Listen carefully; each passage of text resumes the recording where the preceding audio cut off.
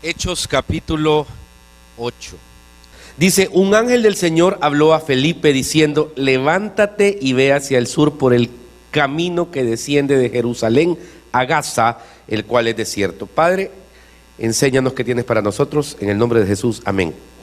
Hay varios principios en el mundo espiritual. Yo vivo oyendo esta frase, yo quiero ser más espiritual, yo quiero crecer espiritualmente, yo quiero madurar espiritualmente.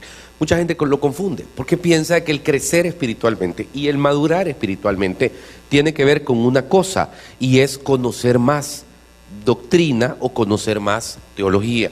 Eso no es mal, pero cuando se me acerca alguien y me dice, pastor, discipúleme, o quiero ser discipulado, también tiende a confundir el conocimiento de las cosas de Dios, la última revelación del Apocalipsis, el último punto, con la vivencia. Discipulado es vivencia.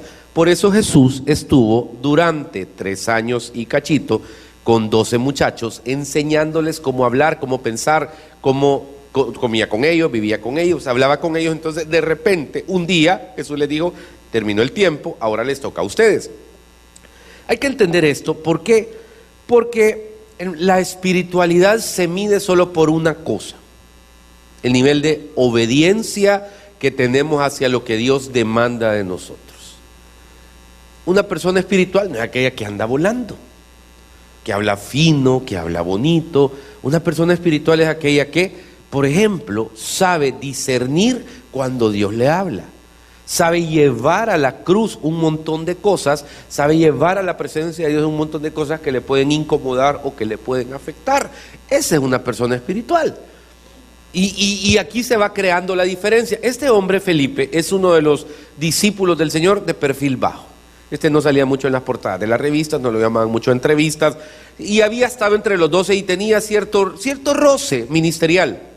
Sin embargo, es un hombre que cuando Jesús parte, nos muestra esta porción, cómo se debe desarrollar el llamado y la vida cristiana.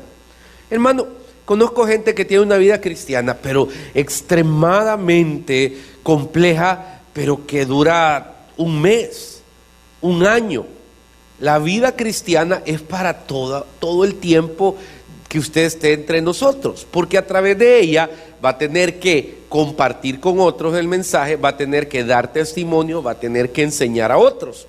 Felipe, resulta que estaba en su casa y dice, un ángel del Señor habló a Felipe diciendo, levántate, ve hacia el sur por el camino que desciende de Jerusalén a Gaza, el cual es desierto. Le dije, la vida cristiana se mide por obediencia. El Señor, fíjese que no hay que andar buscando el último códice del Apocalipsis, a ver qué dice el Nat Geo, a ver qué cuenta. No, usted está sentado ahí. Usted oyó al predicador hace un ratito que vino a saludar y en un momento sacó sus conclusiones. El Espíritu Santo habla así. El Espíritu Santo es el que provocó que usted estuviera en esta mañana con nosotros. El Espíritu Santo es el que nos ordena qué hacer cosas. El gran debate del individuo llamado cristiano es ese debate medio moral, medio social, medio personal, donde en algún momento, hermano, fingimos no entender las coordenadas de Dios. Si en la mañana Dios me pone, Juan, vas a ir a la iglesia, es el Espíritu Santo que me está diciendo, Juan, vas a ir a la iglesia. Y de repente, así como en la película aquella de los, ¿cómo se llama la película de los muñequitos que pensaba el cerebro? Intensamente, de repente, ay, estoy cansado, ay, no tengo tiempo, ay, me duele la cabeza, ay, me va a doler la cabeza, ay, fulanito, ay, está sucia la casa, y comenzás de alguna manera a romper lo que el Espíritu Santo te dijo. Mi frase de toda la vida: si estás en un semáforo y ves a un señor con hambre, nadie está por hobby a las 9 de la noche, señores, en un semáforo. ¿Sabe por qué está? Porque necesita. Y tenés 5 pesos que te sobran. Andate al Burger King, comprarle una hamburguesa que le comprarías a uno de tus hijos y date la vuelta. ¿Qué es lo que pone eso? El Espíritu Santo. El Espíritu Santo nos va hablando. El Espíritu Santo también es aquel que nos controla las reacciones del individuo. El día de ayer en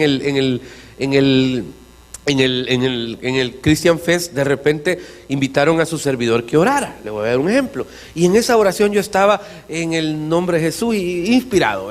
Dele el micrófono a un pastor y no lo calla nadie. Pero de repente, a media oración, yo sentí que me bajaron el volumen. y que de repente el ministro que estaba ministrando comenzó a ministrar. Aclaro, hermosa administración, pero de repente ¡pac!, sentí como, ¡ey, qué chavo más malcriado!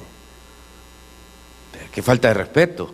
Y yo me quedé en el aire. Entonces, ¿qué hace el cerebro? Comenzar en mi mente a insultar, comenzar en mi mente, pero 2 o 3 segundos después te das cuenta que no fue culpa de nadie, que ese muchacho es una bendición ministrando, que ese muchacho es una autoridad espiritual, y comencé a gozarme en las alabanzas que él estaba cantando y comencé a celebrar con él y me di cuenta que no fue responsabilidad de nadie, simplemente pasó. Donde uno se para y cómo reacciona a cualquier cosa es algo que puede demostrar tu actitud espiritual. Porque el Señor nos llama a ser mansos, no pleitistas. El Señor nos llama a ser de bendición, no de maldición. El Señor nos llama a dar amor. Y créame, hay veces cuesta. Porque el Señor no nos llama a amar a nuestros amigos, nos llama a amar a nuestros enemigos. Me estoy dando a entender. Entonces de repente la vida cristiana en la obediencia, hermano, tiene que ver con accionar contra como me criaron probablemente, contra cómo pienso, contra quién me creo que soy, contra cómo vivo, y de repente te das cuenta que es un debate de segundos, es un debate de argumentos de segundos, que si uno le presta mucha atención a aquellas cosas, el enemigo gobierna, pero si uno las suelta, te das cuenta de que son circunstancias en la vida. El Señor que estamos viendo la palabra, recibió un mandato, y le dice que fuera a un lugar. Hermano, la obediencia se mide prácticamente en 2 cosas que van con la actitud. La primera es tiempo, la segunda es pisto. Simple y sencillamente. La vida, por ejemplo, con un hijo demanda 2 cosas, tiempo y pisto. ¿Por qué? Porque el tiempo es aquello donde evoco cuánto lo amo y cuánto quiero sembrar en él, y el recurso es que hay que pagar que el pediatra, que la comida, que el estudio. Eso va. En esta circunstancia, hermano, el mandato del Señor: andá en el camino a Gaza, descendé. Aquí es donde el individuo conflictúa: ¿y a qué voy a ir? ¿Y por qué voy a ir? ¿Y qué tengo que hacer ahí? La obediencia es la obediencia. Uno no lo logra entender que Dios no tiene por qué darnos explicaciones, aunque siempre las da, porque Él en su manera de ser con el ser humano es muy respetuoso. Pero tenemos que caminar en la obediencia. Dice el versículo 27. Entonces él se levantó y fue, y sucedió que un etíope eunuco, funcionario de Candace, reina de los etíopes, el cual estaba sobre todos sus tesoros, había venido a Jerusalén para adorar. Punto número 2. Hermano, cuando uno es obediente, no sé por qué, pero activa cosas. Y hay 2 maneras de obedecer. Como aquel niño que dice: estoy parado pero estoy sentado. O aquel que es dócil en la obediencia. El Espíritu Santo da instrucciones. Diga en voz alta: instrucciones. Ok. Y tiene que ver cuando el individuo deja de ser solo discípulo para discipular. Deja de ser alguien que solo vive pidiendo y dependiendo de Dios, sino que es alguien que se vuelve un instrumento de Dios para ser de bendición para otros. Estas herramientas, hermano, se van generando, y cuando somos obedientes se activan cosas. Mire, el salvadoreño tiene una personalidad, y aquí hay muchos extranjeros entre nosotros, pero hay veces nos actamos de lo que no deberíamos. El salvadoreño es testarudo, el salvadoreño puede ser en algún momento terco, se le mete algo en la cabeza y nadie lo saca de ahí, y todos estos elementos probablemente no nos han llevado a mucho como país o como nación en el conglomerado global. ¿Por qué? Porque no tenemos muchas veces la claridad del potencial que tenemos, y una pequeña cosa nos traba, un desprecio, una mirada, un comentario, y eso nos arruina un día, nos arruina la vida entera probablemente. Las raíces de amargura se siguen acumulando, y cuando menos sentimos, tenemos una sociedad resentida, una sociedad amargada, una sociedad que puede llegar al punto de, hermano, no ver el fluir del Señor, no ver la mano de Dios, no ver la respuesta de Dios, porque estamos trabados en nuestra propia historia personal y en nuestra propia tragedia. La tragedia de uno es la tragedia de uno. no es del 99.99 de los demás seres humanos, es irrelevante para las demás personas. Y el Hijo de Dios debe aprender a activar cosas en el mundo espiritual, porque se activan a través de la fe. Cuando este hombre va y dice que un etíope, le quiero dar un elemento histórico, desde el periodo del rey Salomón, él fue visitado por una mujer que se llama la reina de Saba. La reina de Saba describe, no la Biblia, sino otros escritos históricos, no religiosos, judíos, que era una mujer guapísima, una mujer morena, raza negra, reina de Saba, y hubo un idilio y un romance ahí, hermano, que... ajá, cabal. Sí, casi Grey, ¿verdad? Pero dije, históricos. A tal grado que esa relación fue tan intensa que mantuvo un vínculo entre Saba y Jerusalén. Iban y venía comercio, iba y venía cultura, iba y venía gente, e iba y venía fe. Con los años, obviamente, pasan a la historia Salomón y la reina de Saba. Saba se convierte en Etiopía y hasta este día es un bastión, estimados, del pensamiento judío en África. Bueno, se supone que cuando fue la destrucción del templo en Jerusalén, en el año 70 y algo, el arca de la alianza fue movida a Etiopía. Y usted va a Israel ahora y usted va a ver un montón de gente de raza así, de color, ¿verdad? Y cuando usted pregunta, no, ellos son judíos, son inmigrantes de Etiopía. O sea, existe ese vínculo. Curiosamente, si usted ve el texto, dice de que el Señor le dice a fulanito, anda ahí por obediencia, sin ponerle pero va, que eso es hermoso, y de repente se encuentra con una persona y nos da la descripción. Pero vea la palabra eunuco. ¿Usted sabe qué es un eunuco? Un eunuco es un hombre que ha sido castrado. Y al ser castrado, me da la impresión cuando veo personas que tienen algún tipo de padecimiento o algún tipo de crisis, cómo se amarga el individuo. ¿Por qué? Porque no tengo esto. Estoy amargado porque hace 20 años me despidieron de tal trabajo. Estoy amargado porque tuve un matrimonio hace tantos años y hasta este día yo no soporto a esa persona. Estoy amargado porque mi padrastro fue ingrato conmigo. Estoy amargado porque estoy amargado porque nací en la casa donde viví y tenemos 40, 50 años y vivimos con traumas de infancia. Solo en las iglesias nos dan el espacio para que los tomemos en serio. Es que mi papá no me amó. ¿Cuántos años tenés? 50. O sea, superala, papá. Es que yo fui abandonado de niño. Mira, conozco gente que ha sido abandonada de niño, que tiene una envergadura, una capacidad y una actitud gigantesca. Solo aquí, lamiéndonos las heridas por años y por ciclos y por temporada. Ya, wake up. Eunuco. ¿Y sabes a qué fue a Jerusalén? Ahí está, ve, pon el texto. ¿A qué? ¿Qué dice el texto? Dice que estaba eunuco y se levantó y fue, y sucedió, el cual estaba sobre todos sus tesoros, ¿ok? No había falta de pisto, y había venido a Jerusalén, ¿a qué? ¿Cómo es alguien que puede decir, viéndose en el espejo, pobre de mí, soy eunuco, Dios no existe, Dios no me ama, Dios no me quiere, soy un cristiano de segunda categoría, no tengo siempre andar viendo lo que otros son y no lo que uno es? ¿Cómo es posible que tenga este carácter? Porque dice que va a adorar. Iglesia, es trágico como ver cómo cualquier llave nos cierra la adoración. Tuve un mal día, me peleé con mi mamá, me peleé con mi mujer, mi marido se levantó con el pie izquierdo, tal problema, ya no voy a la iglesia, ya no soporto. Y comenzamos a tener cosas como decir, quiero abortar proyectos, procesos, vida cristiana o cualquier otra cosa. ¿Por qué? Por una tontera. ¿Me está escuchando, iglesia? Este hombre, ¿qué? Soy eunuco, estoy castrado. ¿Ese es un impedimento para adorar a Dios? No, nada es un impedimento para adorar a Dios. Bueno, pero salgamos del eunuco y entremos en la historia para ir avanzando, porque nos queda poco tiempo. Y dice,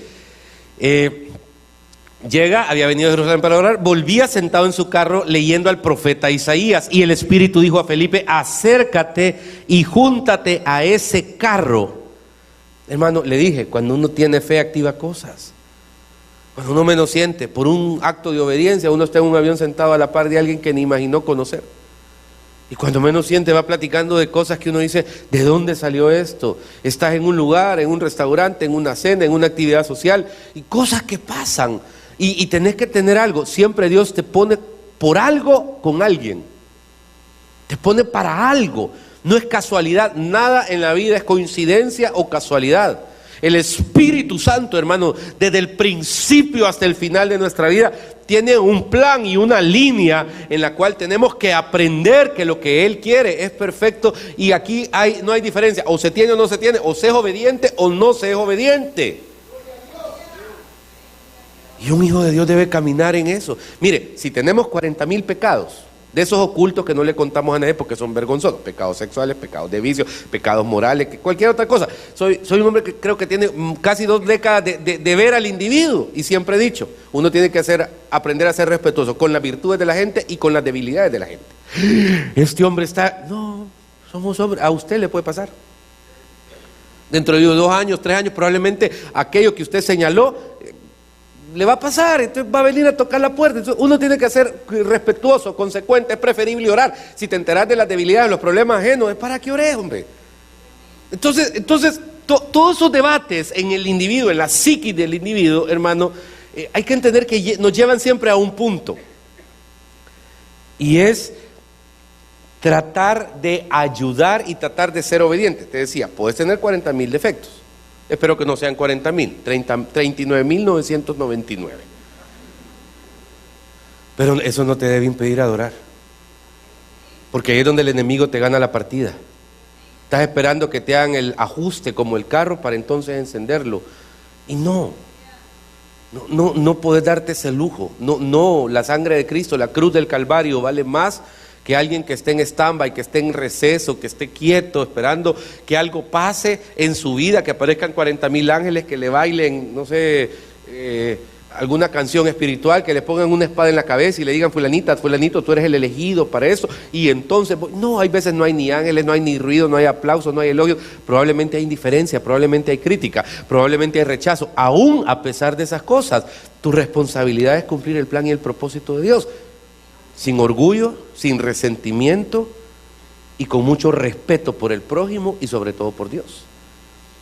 Pues este hombre estaba adorando, el otro es obediente, va, el Señor crea el vínculo y viene el versículo 29. Y el Espíritu, ¿quién dice que le dijo?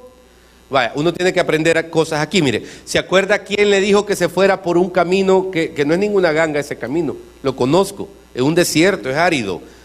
Un ángel dice que le aparece. Los evangélicos no entendemos mucho estas cosas de los ángeles.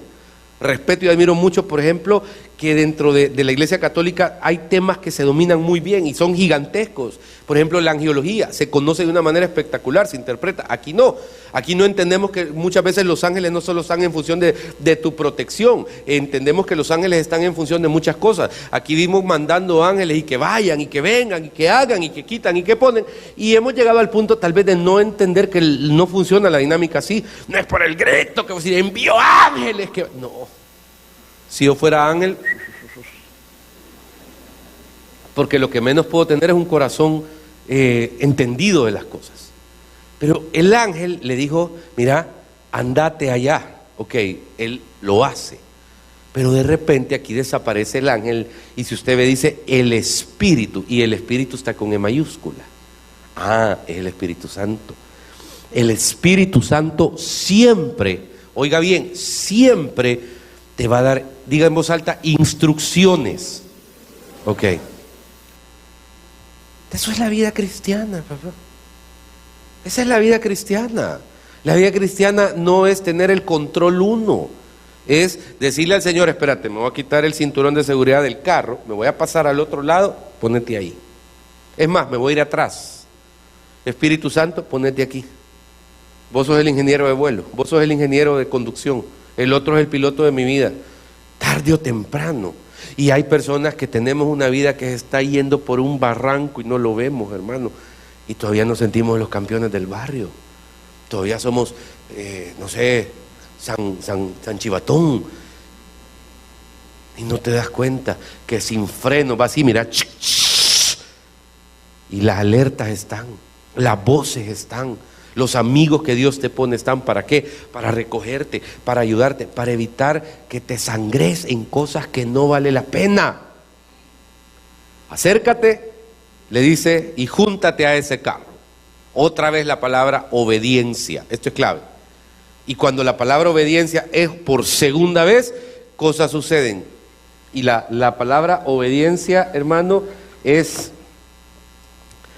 complicada si no estamos en el espíritu.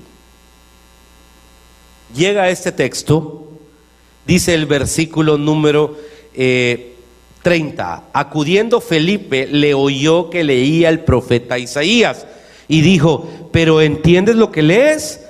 Él le dijo: ¿y cómo podré si alguno no me enseñare? Y rogó Felipe que subiese y se sentara con él.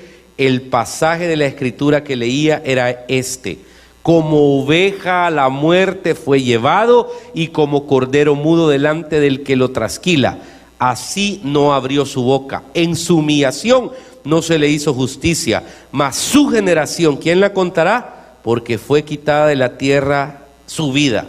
Respondiéndole, eunuco dijo a Felipe: te ruego que me digas de quién dice el profeta esto, de sí mismo o de algún otro. Y termino en el 15. Entonces Felipe, abriendo su boca, comenzando desde esta escritura, le anunció el evangelio de Jesús.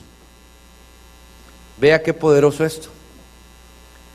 Porque, hermano, la satisfacción de un cristiano no son los métodos. Hoy vivimos en una época donde hay 40,000 métodos para desarrollar cómo crecer una iglesia, cómo discipular. No, hemos perdido el ratatouille, como yo le digo. O sea, queremos la receta extremadamente elaborada y hemos perdido la inspiración. Nos hemos vuelto tecnócratas de los púlpitos, muchos de nosotros. Nos hemos vuelto personas insensibles a la necesidad ajena y por ende a lo que el Espíritu Santo quiere decirnos, quiere contarnos, lo que el Espíritu Santo nos necesita decir que hagamos. Entonces de repente nos sentamos y decimos: pero es que nadie hace nada, es que de qué sirve tanta iglesia y miren cómo está la cosa en este país. Pues sí, si estamos jugando damas chinas, si no estamos concentrados, hemos dejado de oír de manera individual la voz de Dios. Se imagina que si los que estamos en esta iglesia esta mañana, entre hoy y el otro domingo, tuviéramos el carácter de interceder por alguien, porque cuando alguien nos lo pone el Señor en la cabeza, no es, hermano, para cualquier cosa, a ver qué le pasará a este loco, no, es para orar, para que le hables, para que compartas alguna cosa. 10 pesos no te van a hacer ni más rico ni más pobre, pero esos 10 pesos pueden crear la diferencia en alguien. Si ese no paga, ese es tramposo, y comenzamos automáticamente a invalidar, y no te puedes dar ese lujo, aunque estés en tu casa perfectamente viendo tele. Si el Señor te dice: hazme un favor, anda allá y revisa allá, te vas a ir al camino. ¿Y a qué voy a ir, Señor? ¿Y a qué voy a ir ese camino? Ahí no sirve. No, querés que Dios sea nuestro siervo, se equivoca. Nosotros somos los siervos del Señor, deberíamos de serlo. Cuando le comparte el evangelio y le dice: mira, ese del que está hablando el texto es Jesús. Ay, ¿quién es Jesús? Ah, fíjate que hace unos meses él era mi mentor, él era mi discipulador y lo crucificaron, pero fíjate qué curioso, que tantos años antes el profeta ya lo había visto. Ah, de veras, ¿y cómo puedes comprobarme eso? No, fíjate que, mira lo que dice ahí, mira, calladito lo llevaron, 40 latigazos menos uno, sufrió la pasión. Y te cuento la última, acaba de ascender al cielo, 40 días estuvo con nosotros, pasó esto, pasó lo otro. Eso, hermano, en el eunuco generó algo que es importante, porque si bien le dije que él había subido a adorar, él quería conocer. Y uno tiene que aprender que el conocer trae una revelación para ponerla por obra. cuando se da cuenta, o sea que este es aquel, sí, y esto me sirve para mí. ¿Y cómo? Vea la respuesta, sin presión, sin pistola en mano, hermano. Dice, y yendo por el camino, llegaron a cierta agua, y dijo el eunuco: aquí hay un agua que impide que yo sea bautizado. Aquí hay dos contraposiciones. Hay iglesias que obviamente tienen esa cultura de que usted recibe 6 meses de capacitación para ser bautizado y tiene que estar 10 años en un lugar. Esos son dogmas de iglesia, lo respeto, no hay problema. Pero aquí vemos un claro ejemplo de la intención del individuo. Este tipo nunca había recibido ninguna capacitación, ni sé qué impide que sea bautizado, nada. Porque dice el texto que cuando le cuenta el testimonio, él se da cuenta que así como Jesús fue bautizado por Juan el Bautista, que representa eso, y en el judaísmo es importante, el bautismo, la purificación. Orange is the New Black es una serie que les recomiendo en la 3ª temporada. No se la recomiendo, pero hay una parte interesante donde hay una de las personas que de repente es bautizada, quería ser bautizada en el judaísmo, y usted entiende quizá a través de esa serie lo que significa esta persona, cómo bota su carga, su suciedad, su culpa, etcétera. Y de un solo, en el versículo usted ve, hermano, que dice que mandó parar el carro y descendieron ambos al agua, y Felipe y el eunuco, y le bautizó. Y cuando subieron del agua, el Espíritu del Señor arrebató a Felipe, y el eunuco no le vio más y siguió gozoso su camino. Todo nos enseña que hay un tiempo. Yo estoy claro, un día yo no voy a ser el pastor de esta iglesia. Yo quiero retirarme en otro lugar, tranquilo. Desde mis 15 años estoy trabajando y oyendo personas, y quizá me equivoco el 99% del tiempo. Pero yo digo, Señor, un día habrá otro. Pero quiero que le ponga atención al texto, si me lo vuelve a poner, ya para cerrar, porque encuentro algo súper revelador. El Espíritu del Señor arrebató. ¿Cuál es el dolor en este tiempo que creo que vivimos con misiones inconclusas? Hay un denominador común peligroso. Hace 10 años era otro, pero tratando de ser alguien que ve generacionalmente escucho esta frase: quizás ya pasó mi tiempo, quizás ya el Señor quiere tal cosa. Y como en el fondo lo que estamos es cansados, en el fondo lo que estamos es debilitados y hartos. Y muchas veces ocupamos el argumento de que el tiempo de Dios en tal lugar. Ayer, por ejemplo, en el concierto se me acerca una persona y me dice: mire, pastor, ¿y usted dónde tiene la iglesia? En tal lugar. Es que yo ya no quiero ir a mi iglesia, ya no me siento cómodo. Hice lo que espero que otros pastores hagan con usted si usted lo busca. Le dije: mire, ¿y qué pasa? Es que tal cosa. ¿Sabe qué? Le voy a dar un consejo: quédese ahí. Es que muchos problemas, por supuesto, por esos problemas necesita estar ahí. Apoye a su pastor, bendígalo, cómprele un Big Mac cada domingo. Cosas así, ¿verdad? Son emociones. Si uno, hermano, si uno no quiere el gran buffet gourmet, si uno es feliz con unas buenas papas y una hamburguesa, cuando son con amor. Pero hágame un favor, no vaya a la iglesia de ese servidor, le dije, porque usted no ha terminado su misión ahí. Entonces, de alguna manera, espero que así me reboten, hermano. Porque hay unos que, ¿verdad? Pero, vea qué rico. Fui obediente, me levanté donde estaba, invertí tiempo, invertí recursos, llegué, el Espíritu Santo me puso a la par de alguien que tenía sus propios traumas, pero andaba adorando, le prediqué del Evangelio, lo bauticé y ¡pum!, el Espíritu Santo me llevó a otro lado. Misión cumplida. ¿Sabe qué es la tragedia? Vivimos un montón de nosotros con misiones inconclusas, justificando que es Dios el que nos dijo que era ya el tiempo. No es así. Así, y no en esta iglesia, lo vivo viendo porque atiendo personas de todos lados, como es un denominador común en todos lados, que la gente siente que no, lo que queremos es no estar involucrados, no estar comprometidos, no estar haciendo lo que estamos haciendo, o sentimos falta de apoyo, o sentimos que ya no es emocionante, o sentimos un montón de cosas. Esto es irrelevante, es tu misión. Porque el día que termina una misión, hermano, pasa eso. Ya estuvo. Ya no era la responsabilidad de hacerse chero el eunuco, irse al hotel allá en Etiopía, ¿me entiendes? No, misión cumplida, eso es lo rico. Y Felipe dice de que, versículo 40 por favor, y es el último ya. ya no me cree, yo lo sé, pero con este ya terminamos. Pero Felipe se encontró en Azoto un cambio, y pasando anunciaba el evangelio en todas las ciudades hasta que llegó a Cesarea.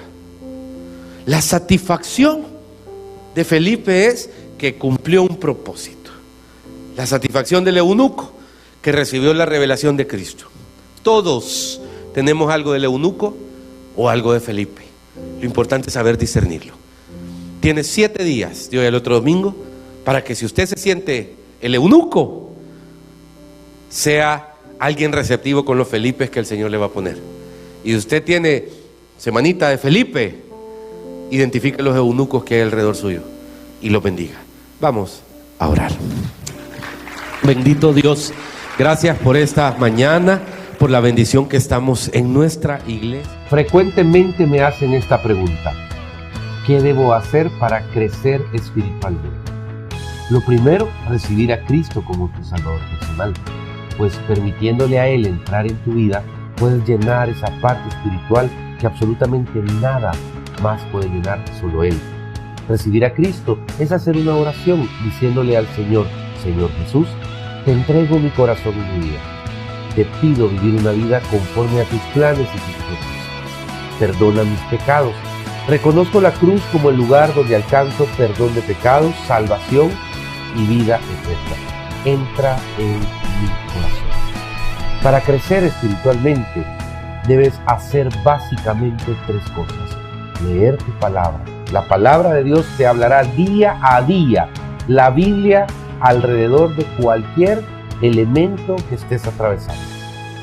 En segundo lugar, que puedas orar, platicar con el Señor de todo lo que te pasa, y también congregar, reunirte con otras personas como tú a escuchar la palabra de Dios y a aprender de Él. En Iglesia Quemuel te esperamos en el Hotel Hilton Princess de la zona rosa de San Salvador.